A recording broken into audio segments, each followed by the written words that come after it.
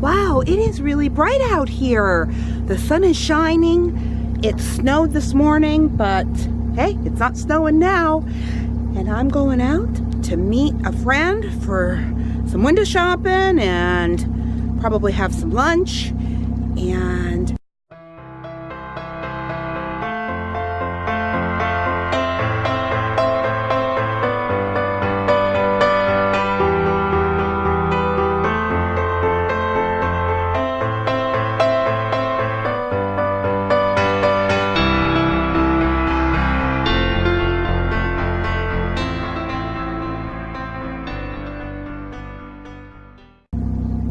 I forgot to say good morning. Good morning! It's Friday. Yes, it is. We are just going to be beginning our weekend.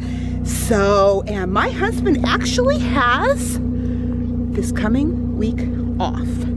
He took it off. He decided back in November or December that he was going to take this coming week off because he needed to finish up some of his papers that he needs to turn in order for him to be able to get through to his ordination. So he's going to be working on that during the week, and of course, you know, we'll enjoy each other's company in that. And even though it's winter time and we won't be able to do a whole lot of outdoor activities, I'm sure we'll find things that we can enjoy to do.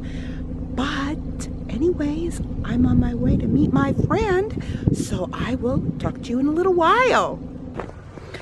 I remembered to get my cards in the mail for my kids, my Valentine's Day cards.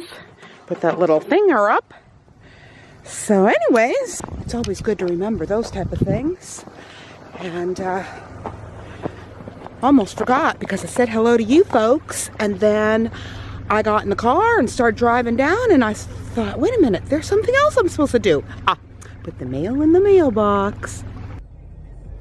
Well, I am on my way home, and I don't know if you can tell, but it is snowing again. But the whole time that my friend Joanne and I were out, it was beautiful. It was sunny. It was very nice. It was cold, but it was very nice. Anyways, I'm on my way home, and I'll show you some of the things I got. Well, here we are. We'll see if the puppies are going to start barking up a storm. I'm sure they will as soon as I open up this door.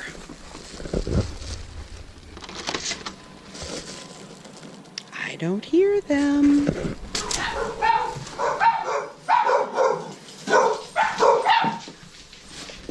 Hi. Hi. Hi. You guys gonna go outside? Funny, aren't they? I always kind of let them go out because my husband leaves our bedroom door open so that they don't get trapped in there and bark up so much that he wakes up.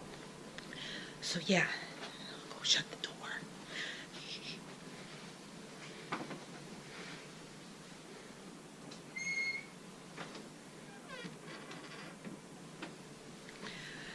Luckily, he is not a light sleeper. Anyways, that's what happens when I get home. This is the sweater that I found. It was only $15. I just thought it was really pretty. I like the kind of peachy pink. It's not really pink, but it's not really peach either, but look at the lace at the bottom. Isn't that pretty? I do think I'm probably going to have to wear like a little camisole or whatever they call them underneath it, because it is kind of a little bit more see-through-y than maybe I would be comfortable with. But I thought it was a great buy, $15. Then I ended up getting these. These are vinyl chalkboard labels, and my friend Joanne bought a pack of this, and I bought a pack of these, and then we split the pack. So we each got a sheet of the different shapes, because these are a lot smaller. So that's good, because sometimes you just need them to be a little smaller. And all of their glassware at Hobby Lobby was actually 50% off. So these were like $1.50 only. And I did end up getting them because I needed to get them for my baking soda and baking powder. And I want to just start being able to find some of these that seal with the rubber seal. And that's why I wanted the chalk labels that I could put them on the jars. And then I had to get these. These are just little candied beads to put on cookies, and they're actually made with real sugar, not with high fructose corn syrup. So that was really exciting because all that's in this is confectionery sugar, cornstarch, and yeah, some sort of wax and some red number 40, whatever that is. But anyways, hey, you know, if you want red, you're going to have a dye in it. But yeah, I was pleased because it was real sugar, not fake chemical sugar. We had a really good time. We just ended up actually going to Eaton Park. I don't know if Eaton Park's everywhere, but we just got the salad bar, which was nice, and some nice soup, because they always have like 3 different types of soups. So yeah, that was a nice day. So yeah, we did some window shopping, all right, and we did some purchasing along the way, but it is what it is, right? Talk to you in a little while. Good evening, everyone. I trust everyone had a very nice Friday. I had a very nice Friday with my friend, that's for sure. And right now, the wind is really working up.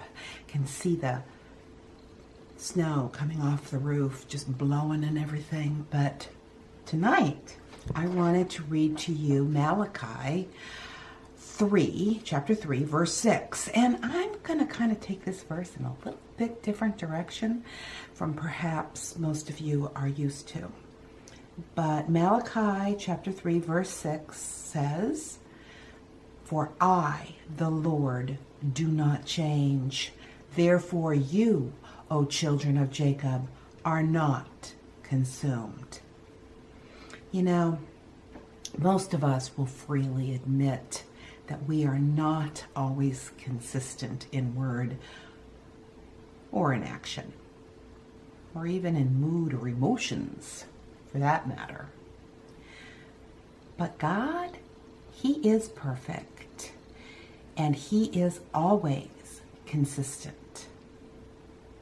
He never varies in His temperament or in His attitude.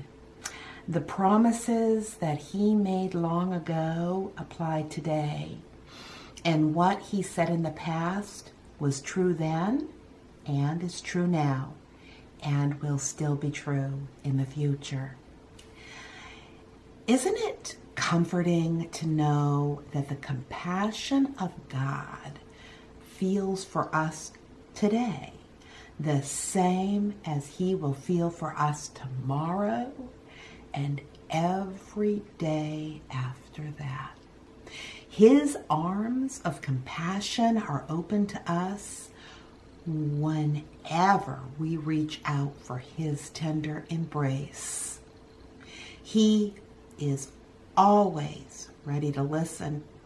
He is ready to listen to us every time and any time we speak to Him, and is always there for each and every one of us. Our God is not subject to variation, despite the changes that take place in our life. God's love for you and for me will never change, and that is the beauty of the Lord. God's love is immutable. It does not change. God is unchangeable and is completely trustworthy. That's what that word immutable means.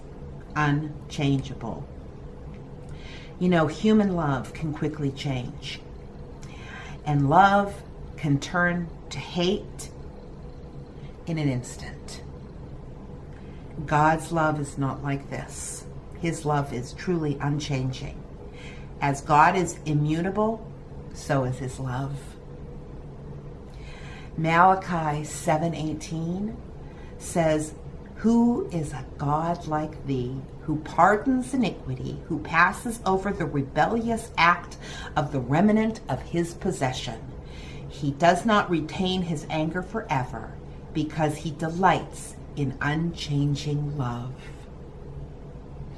And then we read in James chapter 1, verse 17, every good thing bestowed and every perfect gift is from above, coming down from the Father of lights, from whom there is no variation or shifting shadow. Each one of us need to keep our hearts and our mind on Jesus. He is the continuous gift of life. He has no strings attached, and he gives unconditionally. He gives grace and mercy. His love is so much more than a concept. He is the essence of our faith. Hearing Jesus say, absolutely nothing can stop me from loving you. What can anyone do to cause me to love you more? It is his grace that sustains us, and it is his grace that moves in us. Yes, our feelings are subject to vary from day to day and even moment to moment. Yet he never changes. If you draw away from the Lord, it's not because the Lord is drawn away from you. If or when you're feeling unworthy or unloved, that's when you need to run to him, regardless of how you are feeling. And there is one thing you can count on. His arms will hold you. He is the great I am and is nearer than you realize. And with that, I want to remind you, life happens. Let's embrace it. And I want to end this by reading a quote from Richard J. Foster. Regardless of whether we feel strong or weak in our faith, we remember that our assurance is not based upon our ability to conjure up some special feeling. Rather, it is built upon a confident assurance in the faithfulness of God. We focus on his trustworthiness and especially on his steadfast love. Good night and God bless.